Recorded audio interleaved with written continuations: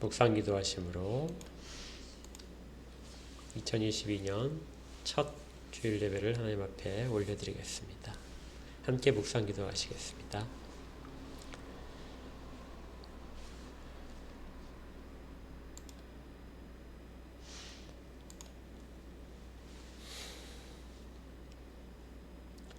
성부와 성자와 성령 성삼위 하나님을 찬양합니다. 하나님의 그 크신 위엄과 권능 앞에 저희들이 다 서고자 하오니 넓으신 품 안에 저희를 품으시고 저희를 향하신 사랑으로 감싸 주시옵소서. 예배 가운데 주님 홀로 영광 받으시고 하나님의 백성들 가운데 자녀들 가운데 은혜를 더하여 주시옵소서. 예수 그리스도 이름으로 기도합니다. 아멘. 9장 찬양하겠습니다.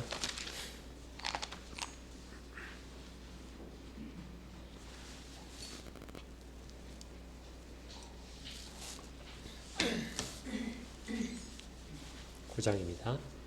하늘에 가득 찬 영광의 하나님, 온 땅에 충만한 존귀하신 하나님, 생명과 빛으로 지혜와 권능으로 언제나 우리를 지키시는 하나님, 성부와 성자와 성령 삼위의 하나님,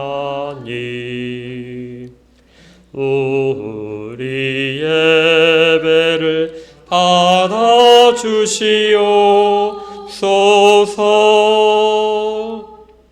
사랑이 넘치는 자비하신 하나님, 은혜가 풍성한 구원의 하나님, 참회의 심령에 평안을 주시옵고 죄악과 허물을 용서하여 주소서.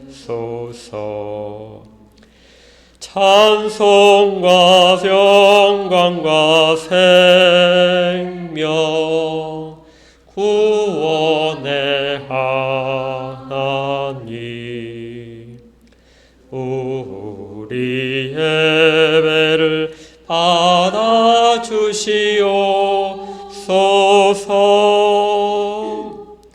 연약한 심령을 굳게 세워주시고 우둔한 마음을 지혜롭게 하시고 주의 뜻 받들어 참되게 살아가며 주 말씀 따라서 남하게 하소서. 권능과 지혜와 사랑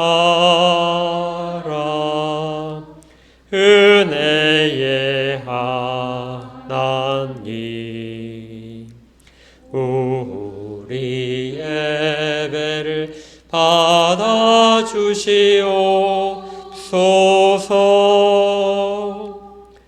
주 앞에 나올 때 우리 마음 기쁘고 그 말씀 힘되어 새 희망이 솟는다.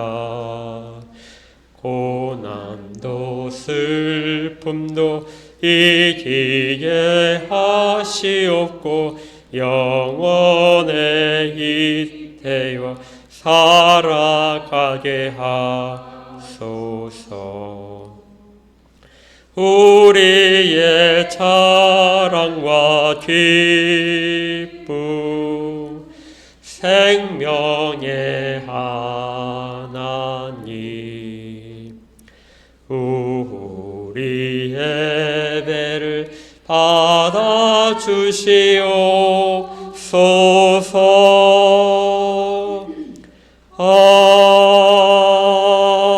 아멘. 사도신경으로 신앙을 같이 고백합니다.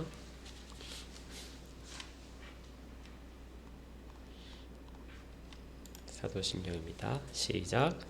전능하사 천지를 만드신 하나님 아버지를 내가 믿사오며 그 의 아들 우리 주 예수 그리스도를 믿사오니 이는 성령으로 잉태하사 동정녀 마리아에게 나시고 본디오 빌라도에게 고난을 받으사 십자가에 못 박혀 죽으시고 장사한 지 사흘 만에 죽은 자 가운데서 다시 살아나시며 하늘에 오르사 전능하신 하나님 우편에 앉아 계시다가 저리로서 산자와 죽은 자를 심판하러 오시리라.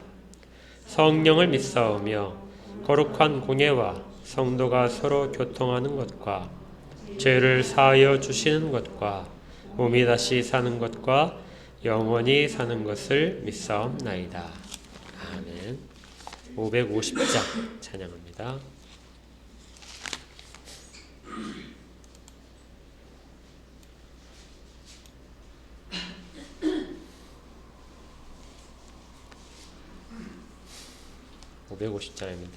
시온의 영광이 빛나는 아침 어둡던 이 땅이 밝아오네. 슬픔과 애통이 기쁨이 되니 시온의 영광이 비춰오네. 시온의 영광이 빛나는 아침 매였던 종들이 돌아오네. 오래전 선지자 꿈꾸던 복을 만민이 다 같이 누리겠네. 보아라 광야에 화초가 피고 말랐던 시냇물 흘러오네. 이 산과 저 산이 마주쳐 울려 주 예수 은총을 찬송하네. 땅들아 바다야 많은 섬들아 찬양을 주님께 드리어라. 싸움과 죄악이 가득한 땅에 찬송이 하늘에 사무치네.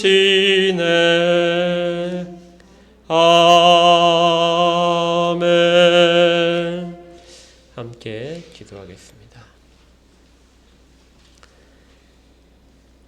하나님 아버지, 크신 은혜에 감격하며 찬양을 올려 드립니다.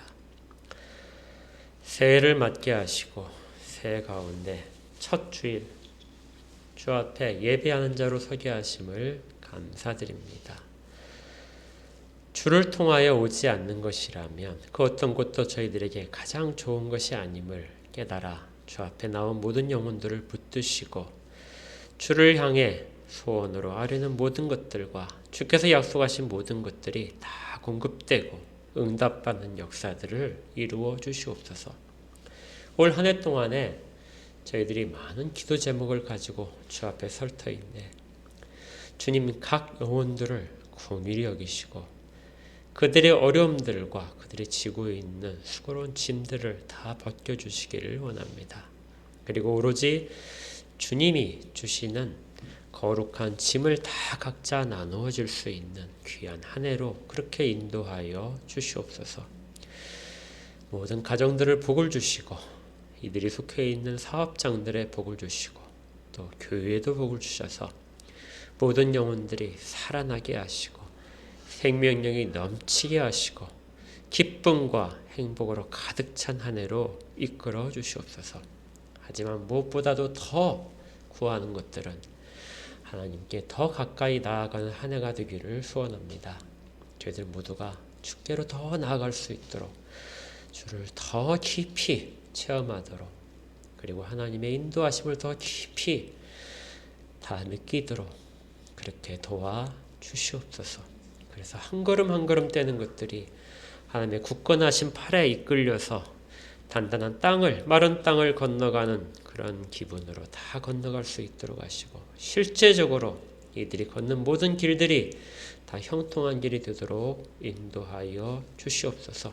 신앙의 자람이 세상 가운데서 드러나게 하시고 또한 실질적인 체험의 역사들이 일어나게 하셔서 주변에 있는 모든 사람들이 정말 믿음의 가정들, 믿음의 사업장들이 어떤지를 다 목격할 수 있도록 인도하시기를 구합니다. 또한 가족의 모든 구성원들이 다 주 앞에 겸손과 회개로 설 수 있도록 인도하심 받는 한 해가 되기를 소원합니다.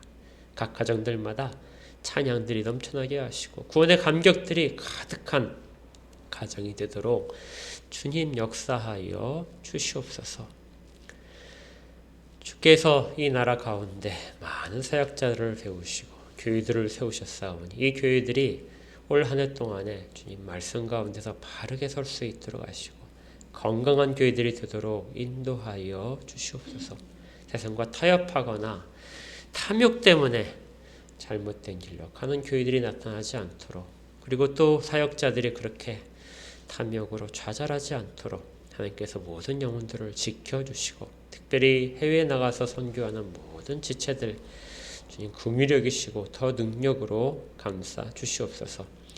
올 한 해는 이 땅에 많은 선거들이 있습니다. 이 선거들 가운데에서 주님 바른 지도자들이 뽑히게 하시고 이 땅에 하나님의 백성들이 힘들어하지 않도록 지켜줄 수 있는 지도자를 세워 주시옵소서. 하나님의 공의가 이 땅 가운데 조금이라도 드러나는 정의로운 지도자들을 세우실 것을 구합니다. 그렇게 하나님의 역사 가운데서 섭리 가운데서 이 땅의 역사들이 이루어지고 있음을 믿습니다. 하나님 인도하시고 붙들어 주시옵소서. 주의 말씀을 받습니다.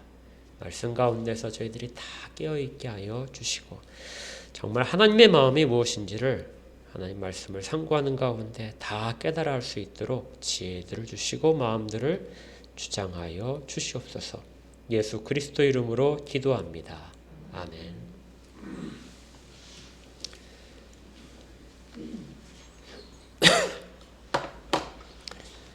하나님 말씀을 받도록 하겠습니다. 오늘 받으실 하나님의 말씀은 갈라디아서 4장 1절부터 7절까지의 말씀입니다. 갈라디아서 4장 1절부터 7절까지의 말씀이요.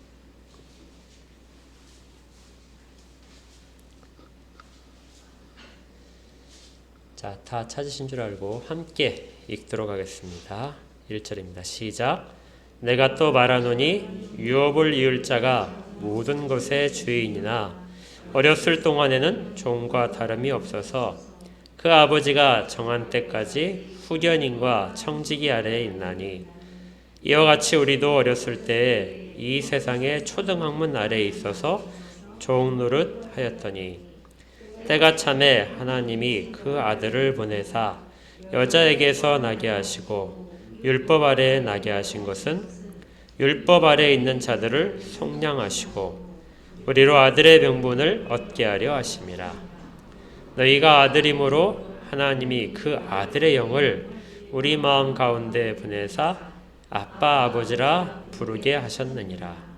그러므로 네가 이후로는 종이 아니요 아들이니 아들이면 하나님으로 말미암아 유업을 받을 자니라. 아멘. 2022년 새해가 되었습니다.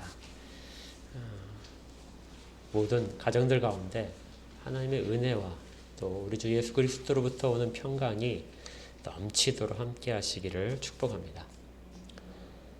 오늘 특별히 우리 교회의 표어를 정하면서 그 표어에 관련된 설교를 하기 위해서 설교 본문을 이제 히브리서가 아니라 이 갈라디아서 본문을 정했습니다.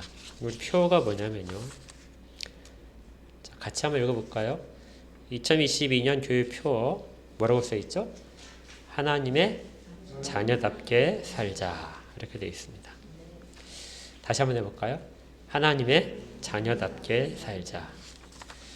자, 오늘은 이제 제일 첫 시간으로 하나님의 자녀답게 사는 것이 무엇인가, 그리고 왜 우리가 그것들을 잘 모르고 사는가 하는 부분, 이런 부분에 대해서 같이 좀 하나님의 말씀을 상고하고자 합니다.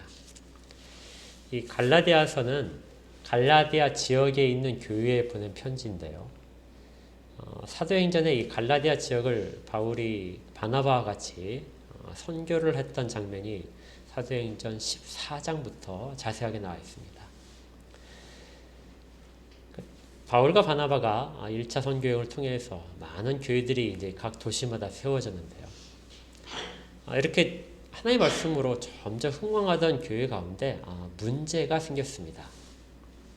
그 문제에 대해서 바울이 이렇게 하는 것이 옳다 하고 편지를 쓴 것이 이제 갈라디아서예요. 무슨 문제였냐면 교회 가운데 어떤 사람들이 들어와서 이렇게 이야기를 하고 가르치기 시작했습니다. 너희들이 예수 그리스도를 믿어서 구원받은 것은 맞는데 구원받은 자라면 구원받았다는 무엇인가 표식이 있어야 된다. 우리도 그런 질문 가끔 하죠. 내가 구원받았다는 확신을 어디서 얻어야 되는가? 다른 사람에게 내가 구원받은 하나님의 자녀라는 사실을, 하나님의 백성이라는 사실을 어떻게 보여줄 것인가? 내 존재가 변했다 할지라도 밖으로 보여주는 어떤 형태가 필요하다는 것이죠. 이렇게 우리가 신앙적으로 어떤 신앙의 성숙도에 따라서 당연히 들게 되는 그런 질문에 대해서 이 갈라디아 지역에 찾아온 일부 가르치는 사람들이 할례를 받으면 된다. 그래서 할례를 이야기하기 시작했습니다. 여러분들 보시기에도 만약에 그런 입장이라면 어떤 신앙적인 고민을 하고 있는데 야, 이 부분을 하게 되면 돼 하고 누군가가 이야기를 한다면 그래, 그걸 한다면 내가 하나님의 자녀란, 하나님의 백성이라는 표식이 있겠지. 원래 할례가 하나님의 백성에게 주어진 표식이거든요. 그러니까 유대인 남자에 대해서 저 사람이 유대인지 아닌지 확인하는 방법은 할례를 받은 흔적이 있으면 그 사람은 유대인인 것입니다. 그러니까 하나님의 백성의 흔적이 남아있는 것이 바로 할례죠. 그러니까 예수 그리스도를 믿었다면 할례를 받는 것은 당연해. 할례를 받지 않으면 그건 무효야 하고 이야기를 하더라도 사람들 귀에 솔깃하게 들렸다는 것입니다. 어떤 사람들은 가볍게 이렇게 생각했을 수도 있어요. 그래, 내가 예수를 믿고 있는데 여기에 조금 더 유익한 것이 어떤 것이 있다고 그래요. 신앙적으로 도움이 되고 다른 사람에게도 훨씬 더 우리의 존재를 드러낼 수 있는 무엇인가가 있다면 그걸 하는 것이 더 유익하지 않을까? 할례를 받으면 더 유익하지 않을까? 그래서 할례를 받으려고 하는 사람들이 상당히 생기기 시작했습니다. 바울이 이 소식을 듣고는 깜짝 놀랐습니다. 그래서 바울이 어떻게 반응을 했냐면요. 갈라디아서 1장을 한번 보십시오. 1장 6절에 보니까 바울의 반응이 이렇게 돼요. 다른 바울의 편지들에서는 사람들을 칭찬하고 하는 그런 것들이 많이 나타나는데 바울이 칭찬할 그런 마음이 전혀 없었습니다. 왜냐하면 문제가 그만큼 심각했거든요. 6절입니다. 그리스도의 은혜로 너희를 부르신 이를 이같이 속히 떠나 다른 복음을 따르는 것을 내가 이상하게 여기노라. 바울은 그 상황을 어떤 상황으로 취급했냐면요. 다른 복음을 따르고 있는 것으로 취급했습니다.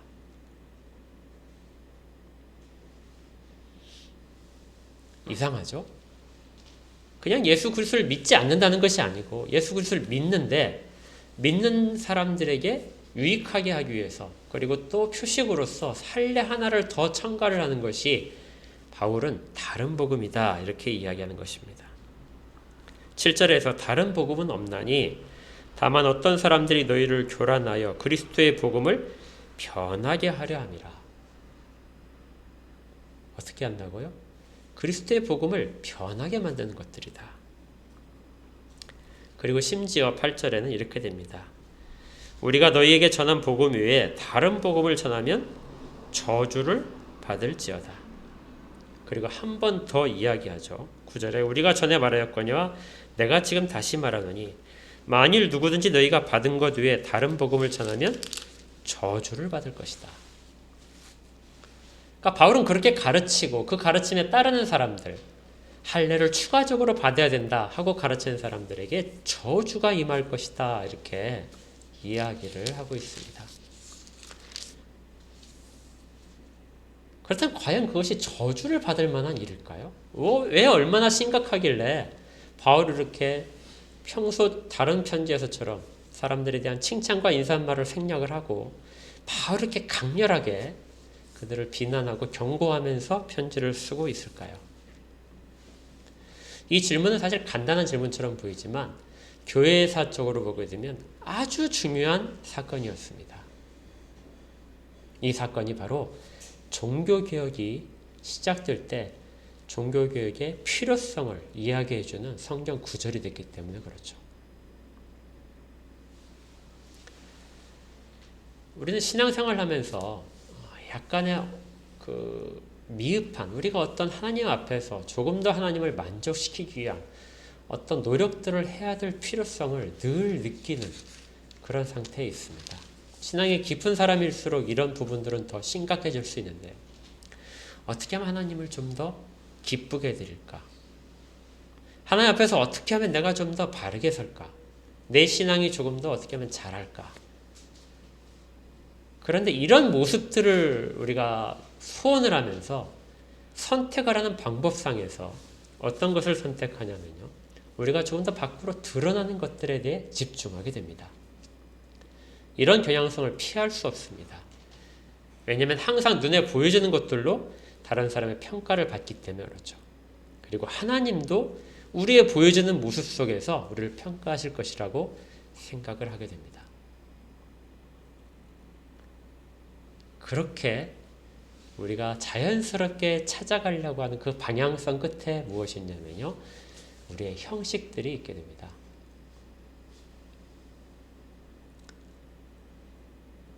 솔직하게 말씀을 드려서 우리가 주일 예배를 드린다.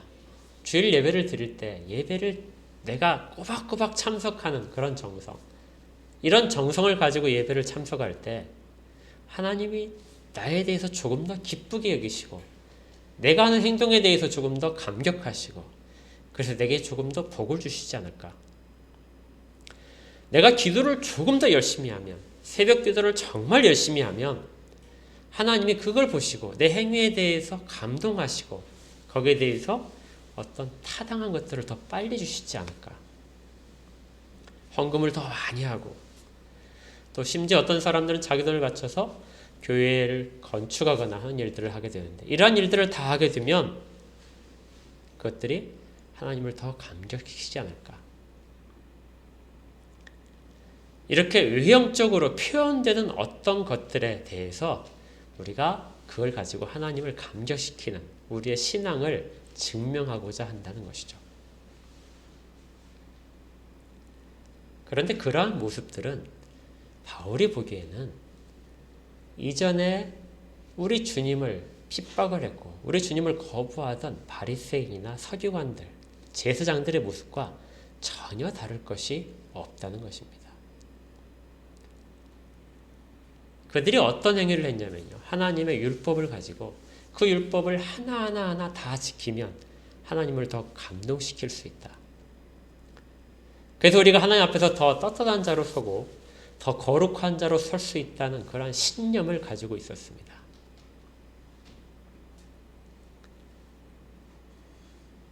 그래서 할례를 주장하는 사람들이 바로 그런 부류에 속한 사람들이었던 것이죠.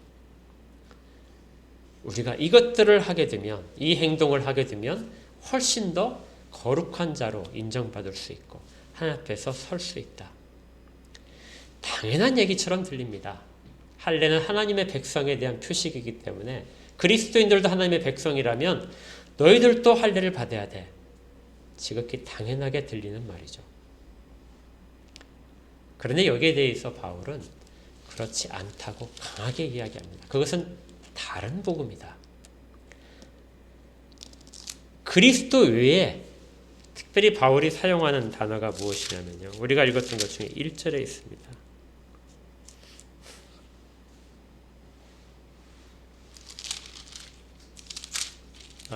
갈라디아서 1장 6절에요. 다른 복음에 비교되는 제일 첫 번째 나오는 것이 뭐냐면요. 1장 6절에 뭘로 시작하죠? 그리스도의 은혜로 너희를 부르셨다. 바울이 이야기하는 복음은, 진정한 복음은 그리스도의 은혜로운, 그리스도의 은혜 가운데 있는 것으로 대표됩니다. 그러니까 우리를 부르시는 것뿐만이 아니라 우리를 현재 붙들고 계시는 것도 뭐라고요? 그리스도의 은혜라는 것입니다. 그리고 주님이 다시 오실 때까지 우리를 계속해서 이끄시는 것도 그리스도의 은혜라는 것입니다. 오직 은혜로 우리는 지금 이 자리에 서 있고 앞으로도 서게 될 것이다. 그 은혜를 희석시키는 어떤 우리들의 노력이나 형식을 동원하는 것들은 다 모두가 다 다른 복음이라는 것입니다.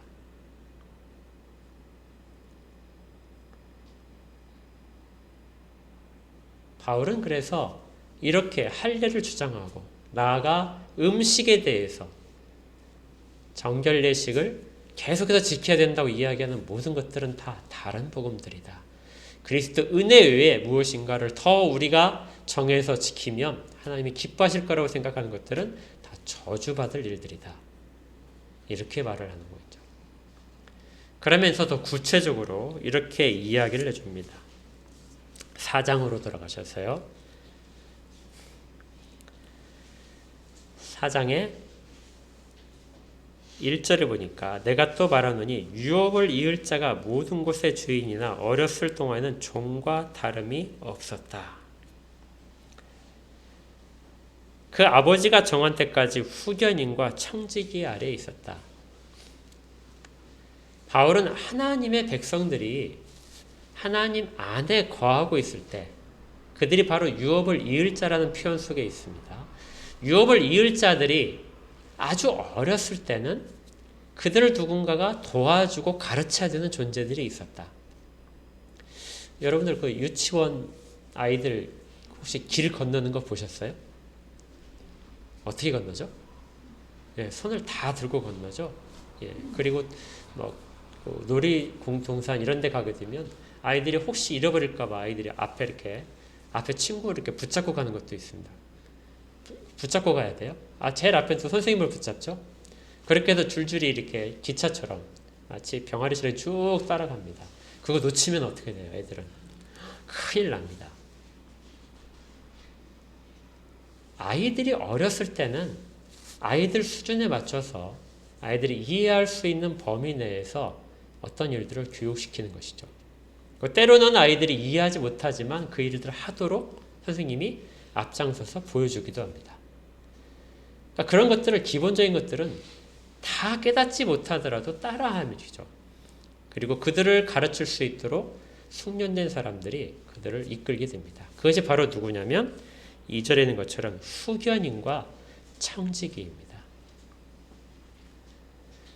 그런데 바울은 이 후견인과 청지기인이 누구라고 말하냐면 바로 율법이라고 하는 거예요. 율법은 구약의 백성들이 아주 어려서 자기들의 행동을 스스로 조절하지 못하기 때문에 하나님이 그들을 이 땅 가운데서 돌보시기 위해서 후견인을 세우셨는데 그 후견인이 바로 율법이었다. 그러니까 율법은 아이들의 입장에서 보게 되면 매우 유익한 것입니다. 그들을 도와줄 수 있고 생존하게 만들죠. 그래서 율법은 종교적인 제식, 제사법이라든지 아니면 사회적인 어떻게 행동해야 되느냐 사회법을 담고 있고 또 도덕적인 부분도 담고 있습니다. 그래서 이 모든 것들이 다 갖추어진 당시로 보게 되면 가장 인간의 모든 것들이 집대성된 뛰어난 것이었죠.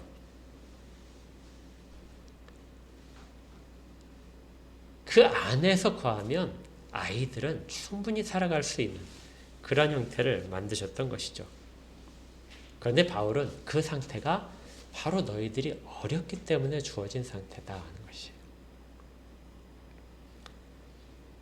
너희들이 바로 다 어린 아이들이었는데 지금 너희들은 그 상태에 머물러 있지 않고 이제는 다 성숙해 있는 존재들이다.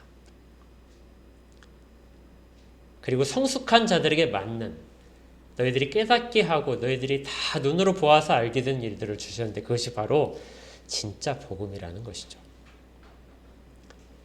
그래서 복음을 맞이한 자들은 희미하게 무엇인가를 배우는 것이 아니라 환한 빛 속에서 배우고 거하게 되는 것입니다. 그런데 지금 다시 율법이 필요하다. 우리가 다시 율법의 어떤 부분을 지켜야 된다. 이렇게 말을 하는 것은 바울이 보기에는 이전에 어렸을 때로 돌아가자는 이야기다 하는 것이죠. 우습지 않습니까? 아이들이 자라나서 이제 어른이 다 됐는데 내가 기저귀 차고 내가 젖병을 물고 다시 생활할래. 길을 건널 때면 내가 손을 들고 건너고 놀이동산에 가게 되면 다른 사람의 옷깃을 잡고 그렇게 따라다니고 싶어. 이렇게 말하는 것이 이게 바로 율법을 쫓아간다는 지금 갈라디아 교회에 있는 문제들에 대해 바울이 이야기하는 것입니다. 왜 이렇게 어리석게 살라고 하느냐. 너희들은 이미 빛을 보고 진리를 다 경험하고 그 가운데 성숙하게 나온 존재들인데. 두 번째 바울이 사용하는 표현이 무엇이냐면요. 종이라는 표현입니다.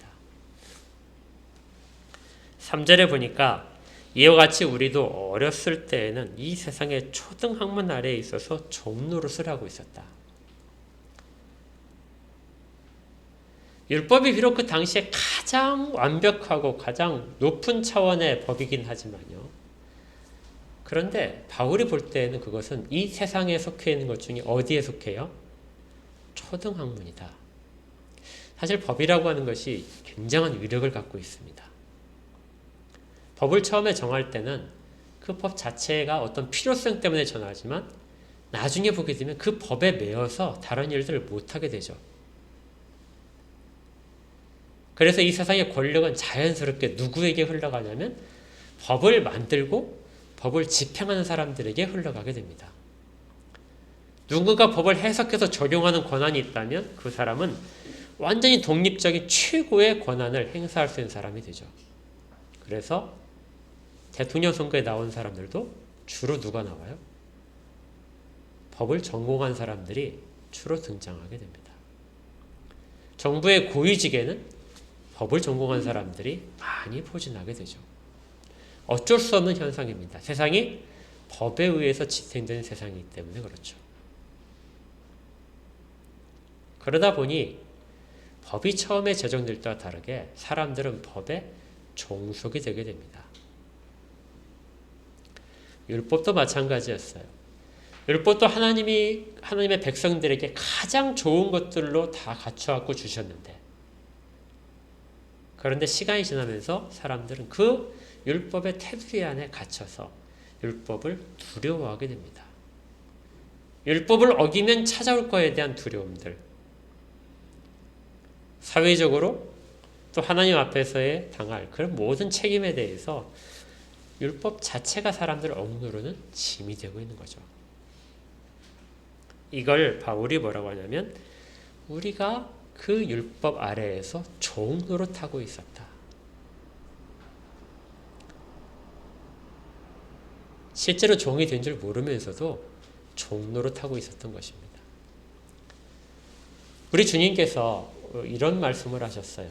수고하고 무거운 짐진 자들아 다 내게로 오라. 내가 너희를 쉬게 하리라. 우리는 이 구절에 대해서 그 수고하고 무거운 짐이라는 것이 무엇인가? 인생의 짐이라고 생각을 많이 하는데요. 실제로 그 본문은 무엇을 대상으로 하냐면 율법의 짐입니다.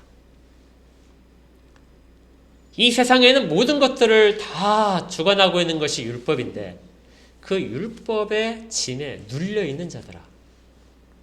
처음에 그 율법을 주신 하나님의 뜻은 사라지고 율법 조항에 묶여서 계속해서 힘들어하는 것. 어떻게 하면 그 율법의 조항들을 다 지킬까? 하나라도 지키지 못하면 죄인이 되는데 이러한 두려움에 빠져있는 모든 사람들에게 수고하고 무거운 짐자들아 다 내게로 오라. 내가 너희를 쉬게 하리라. 더 이상 율법의 조항들에 매어있지 않도록 주님께서 그렇게 그 율법의 짐들을 벗겨주셨다는 것입니다. 그러니 바울이 볼 때 우리 주님의 은혜로 시작된 이 신앙에 대해서 어떤 형식적인 걸 계속해서 갖추어야 마치 우리가 구원을 완성시키는 것처럼 그렇게 한다는 것들이 얼마나 어리석은가. 종으로부터 주님이 그렇게 다 벗겨주셨는데 왜 종의 자리로 스스로 찾아가려고 하느냐. 이것이 바울이 사람들을 질책하는 그러한 주장이었습니다. 그렇다고 바울이 이 율법이 완전히 지금 불필요하다 이렇게 말하는 것은 아닙니다. 왜냐하면 율법은 하나님이 주신 법도이기 때문에 여전히 가치가 있고 거룩한 것이죠. 만약에 율법이 가치가 없었다면 하나님이 그 율법을 다 깨서 없애버릴 것입니다. 필요 없는 것들을 어떻게 하죠? 다 깨서 부숴서 사라지게 하잖아요. 그런데 주님은 그렇게 이 세상의 율법을 없애지 않으시고 율법 가운데로 들어오셨습니다. 거기 4절에 뭐로 되어 있어요? 때가 차네. 이제 어린아이처럼 종되던 자들이 가득한 그 세상에서 때가 차매 하나님이 그 아들을 보내사 여자에게서 나게 하시고 율법 아래에 나게 하신 것은 어디에 나게 하셨다고요?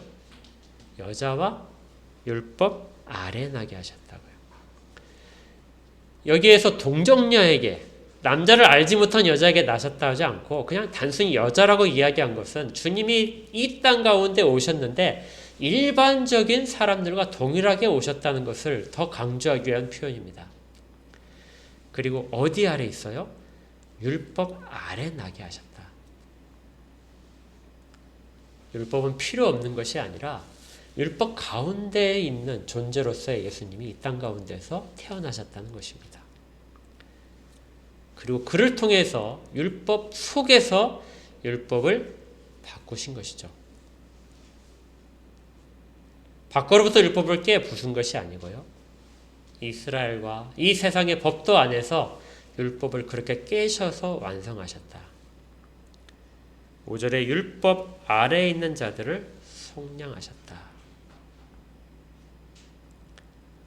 그래서 율법은 여전히 가치가 있는 것이지만 이미 다 하나님께서 그것들을 다 벗기신 부분이다.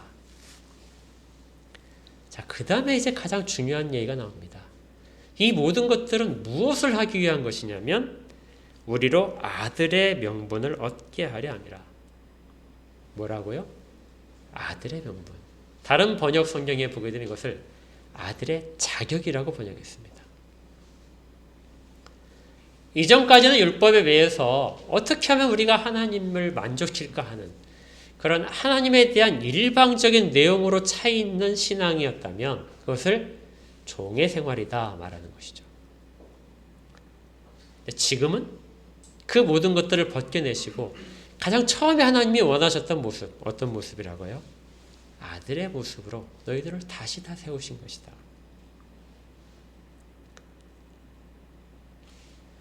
종은 주인을 만족시키기 위해서 매우 애씁니다. 그리고 주인이 하는 모든 것들에 대해서 아주 민감하게 반응을 해요. 그렇지만 주인의 마음에 대해서 합당한 관계를 맺지는 못합니다. 종과 주인의 관계는 그렇게 단절된 관계죠. 일방적으로 명령을 하고 그 명령을 수행하는 것이 종과 주인의 이야기입니다. 그런데 아들은 다르죠. 아들은 아들의 의견을 부모가 듣습니다. 아들은 부모의 의견에 따라서 강제적으로 그걸 따라하는 것이 아들의 모습이 아니고 아들의 의견을 부모가 충분히 존중을 합니다. 그들의 인격을 존중하고 같이 교제를 하는 거죠. 하나님이 아버지가 되시고 우리를 자녀라고 부르시는 것은 하나님이 원하시는 뜻들을 너희들이 그냥 다 순종해서 이렇게 해 하고 하시는 것이 아니라 우리들의 모든 반응들을 존중하시면서 하나님이 우리의 일들을 이끌어 가시겠다는 것입니다. 누가복음에 보게 되면 돌아온 탕자 이야기가 있지 않습니까? 돌아온 탕자 이야기 속에서 우리는 상당히 여러 부분에 대해서 집중할 수 있는데요. 가장 크게 본다면은 그 아버지에게는 아들이 둘이 있었다는 것입니다. 처음에 이야기가 뭐예요? 아들이 둘이 있었다. 그리고 이야기의 끝이 무엇입니까? 둘 다 내 아들이다 하는 것입니다. 처음에 아들이 둘이 있었는데 그 아들들은 자기들이 무엇을 해야 되는지를 모르는 아들들입니다. 그저 아버지가 시키는 대로 묵묵히 다 하면 되는 것으로 생각하는 것이 첫째 아들이었고요. 둘째 아들은 어떻게든지 아버지로부터 벗어나는 것이 자기의 아들됨, 자기의 존재를 가치를 증명하는 것으로 생각을 했습니다. 그 둘째 아들은 떠났죠. 떠나고 나서 돌아올 때는 아들이라는 것을 차마 주장할 수 없어서 내가 그냥 종이 되어서 아버지 집에서 살겠습니다 하고 돌아오죠. 그런데 아버지는 그를 다시 아들로 인정해 줍니다. 너는 처음부터 네가 나를 부정하고 갔다 할지라도 처음부터 내 아들이었어. 아들이 아닌 적은 한 번도 없었다. 둘째 아들은 아들이었다는 것입니다. 첫째 아들은 어땠죠? 나는 아버지 집에서 지금까지 열심히 일했습니다. 근데 한 번도 내게 이런 잔치를 베풀어 주시지 않았습니다. 이렇게 나를 환영해 주시지 않았어요. 그런데 아버지가 뭐라고 합니까? 이것들은 사실 다 네 것이었어. 너는 처음부터 내 아들이고 내 것을 다 소유한 자야. 네가 그것을 모르고 종처럼 그냥 지냈던 거야.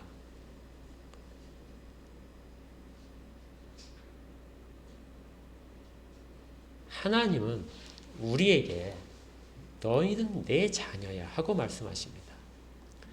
그런데 종처럼 그냥 다 묶어놓고 기르시는 것이 아니라 네가 원하는 대로 네가 옳다고 생각하는 대로 한번 해봐. 그렇지만 너는 나를 떠날 수가 없어. 나는 너의 아버지고 너는 나의 자녀야. 이제는 네가 내 일들을 맡아서 해야 돼.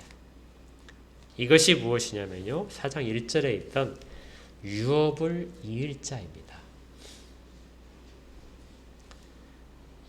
상속자이죠. 7절에도 다시 이 단어가 등장하는데요. 그러므로 네가 이후로는 종이 아니요 아들이니 아들이면 하나님으로 말미암아 유업을 받을 자니라. 우리가 이 유업을 받는다는 것을 우리가 천국에 들어간다, 하나님 나라를 소유한다 이렇게만 생각을 하는데요. 유업은 그 하나님이 하시는 모든 일에 대해서 책임자가 되는 것입니다. 그것이 바로 내일이 되는 거예요. 하나님이 이 땅을 경영하고 계신다면 유업을 이을 자들이 하는 것은 이 땅을 경영하는 일입니다. 하나님이 한 영혼을 사랑하셔서 그 영혼을 구하기 위해서 어떤 일들을 하신다면 그 일을 주인된 입장에서 하는 것이 바로 유업을 이어가는 일이에요. 영혼을 사랑하는 일들이 명령에 따라서 하는 것이 아니라 그 일이 내 일이 되어서 하는 것이 바로 그것이 바로 유업을 잇는 일입니다. 그들이 바로 상속자, 진정한 아들이죠. 아버지의 일이 내 일이라는 것입니다. 그렇다면 이 갈라디아 교회에 있었던 첫 번째 질문이 여전히 남아있죠. 그래서 내가 하나님의 아들이라는 것을 어떻게 할 것입니까? 정말 내가 구원받은 자라면 구원받은 표식이 할례와 같이 뭔가를 더 행위적으로 해야 되지 않습니까? 그런데 거기에 대해서 너는 나의 자녀라 하고 주시는 증거가 있습니다. 어떤 것으로도 바꿀 수 없는 뚜렷한 증거가 6절에 있죠. 너희가 아들임으로 하나님이 그 아들의 영을 우리 마음 가운데 보내셨다. 아들의 영이 성령이죠. 성령 하나님이 우리 가운데 들어와 계신 것이 어떤 할례보다도 가장 뚜렷한 증거라는 것입니다. 물론 사람들이 보기에는 보이지 않죠. 그렇지만 우리 자신은 성령의 뜨거운 가운데, 역사 가운데서 여전히 인도받고 보호받고 거하고 있습니다. 이것이 바로 우리가 아들된 존재로서의 증명이죠. 아주 쉽게 이렇게 생각하시면 됩니다. 여러분들이 기도하실 때, 저는 하나님께 대해서 아버지란 호칭을 이전에 잘 사용하지 않았는데 요즘은 잘 사용하려고 노력합니다. 의도적으로요. 하나님께 대해서 아버지라는 이름을 언제 많이 부르십니까? 예? 힘들 때죠. 예, 힘들 때. 힘들 때, 기도할 때 이렇게 되죠. 그렇죠. 기도할 때 하나님 아버지라고 제일 많이 부르는 것 같아요. 저 같은 경우에. 근데 왜 하나님 아버지라고 부를까요? 예, 의지하려고 부릅니다. 그런데 그때 누가 우리의 기도를 인도하시냐면 성령님이 기도를 인도하십니다. 성령님이 우리로 하여금 어떤 입장으로 기도자의 자리에 서게 만드시냐면 아들로서 서게 만들죠. 자녀로서. 그래서 우리 주님께서도 너희들이 이렇게 기도하라 가르치면서 제일 앞에 뭐라고 부릅니까? 하늘에 계신 우리 아버지여 이렇게 부르게 됩니다. 아버지라고 부르는 그 순간 그 기도는 바로 성령님의 인도 가운데서 그렇게 인도받는 참다운 상달되는 기도가 되는 것이죠. 그래서 우리가 그렇게 기도를 시작할 때마다 우리가 의도적으로 그렇게 할 수 있지만 자연스럽게 하나님 아버지로 부르는 그 일들이 일어날 때마다 우리는 내가 하나님의 자녀가 되었구나 하는 것들을 스스로 증거하고 스스로 확증하게 되는 것이죠. 그리고 하나님은 그 성령에 이끌린 기도를 그대로 받으시는 것입니다. 왜요? 그렇게 부르게 하셨기 때문이죠.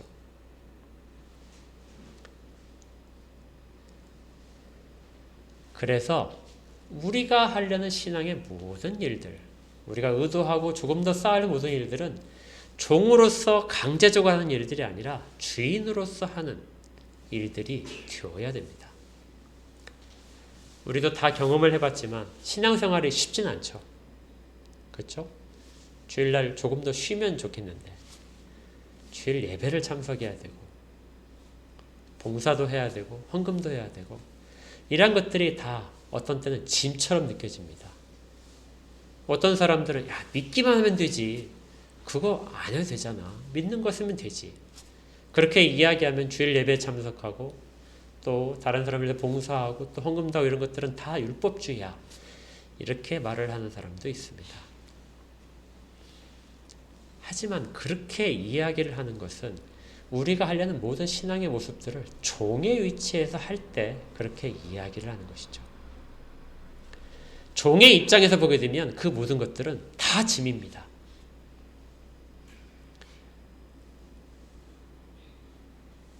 그런데 자녀의 입장에서 보게 되면 그 일들은 짐이 아니라 기쁨입니다.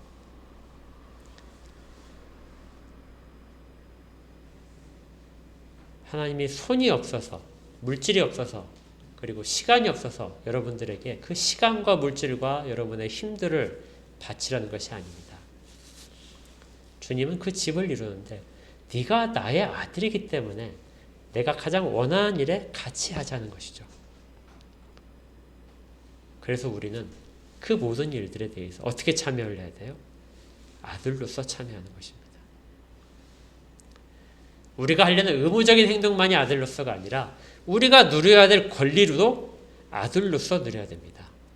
하나님 아버지하고 기도를 시작하셨다면 우리가 자녀로서 당연히 받아야 할 것들에 대해서 하나님의 보호하심과 인도하심에 대해서 우리가 구하면서 나갈 수 있습니다.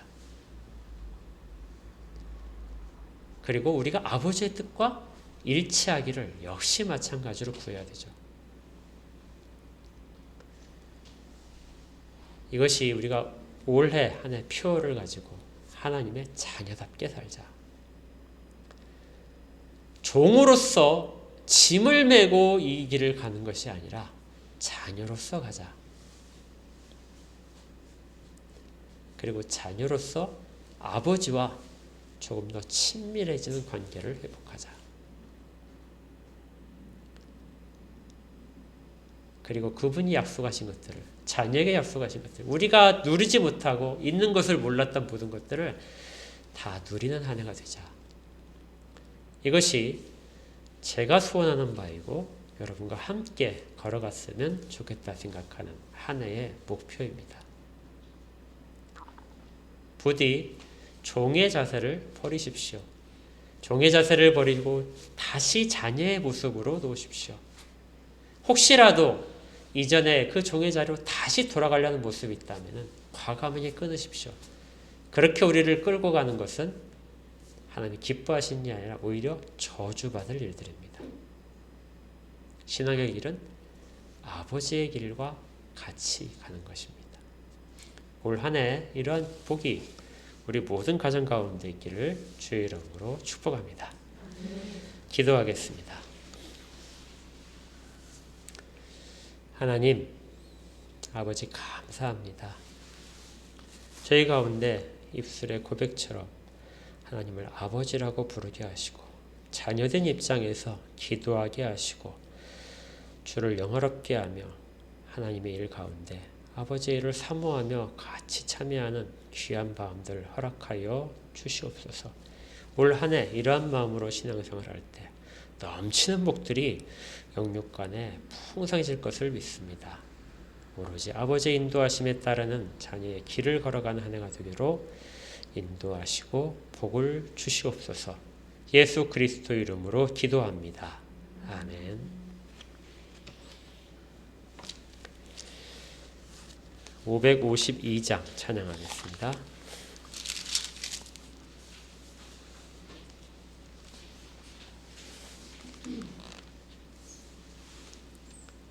(552장입니다) 아침 해가 돋을 때 만물 신선하여라. 나도 세상 지낼 때 햇빛 되게 하소서.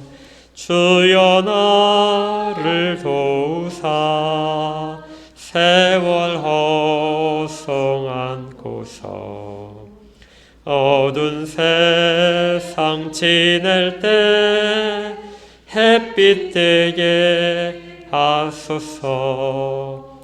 새로운 광음을 보람 있게 보내고 주의 일을 행할 때 햇빛 되게 하소서.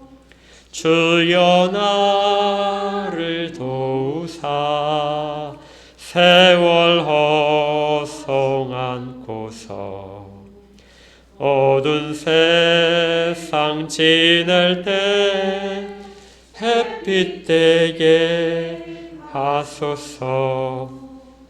한 번 가면 안 오는 빠른 광음 지날 때 귀한 시간 바쳐서 햇빛 되게 하소서.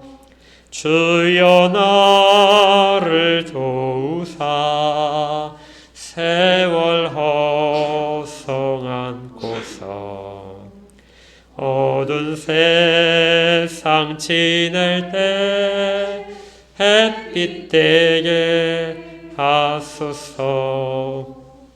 밤낮 주를 위하여 몸과 마음을 드리고 주의 사랑 나타내 햇빛 되게 하소서. 주여 나를 도우사 세월 허송한 어두운 세상 지낼 때 햇빛 되게 하소서. 아멘. 기도하겠습니다. 하나님, 아버지께서 이 땅 가운데 허락하신 복음의 길들은 세상의 어떤 것보다도 그것들을 다 초등학문으로 이길 만큼 가치 있는 것이고 진리에 속한 것들입니다. 복음의 가치들을 이 땅의 기준으로 훼손하지 않도록 그렇게 인도하시고 저희들이 각자의 신명구를 지켜주시고 또 교회들을 지켜주시옵소서. 주께서 땀 흘려 거두게 하신 모든 것들을 기억하며 주의 은혜로서만 이루어졌음을 기억하여 드립니다.